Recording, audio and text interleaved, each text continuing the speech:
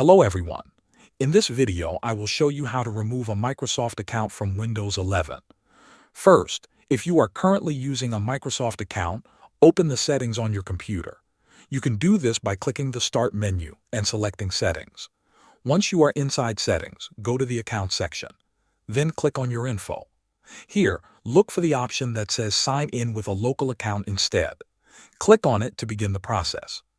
Next, you will need to verify your identity with your current Microsoft account password or your Windows PIN. After that, you will be asked to create your local account details. Once you have entered the details, click on Next and then on Sign Out and Finish. Your system will log you out and switch your account to a local account. Now, if you already have a local account and want to remove another account, go back to Settings, then Accounts. Click on Other Users or your Account section, depending on your version. Select the account you want to remove, then click Remove.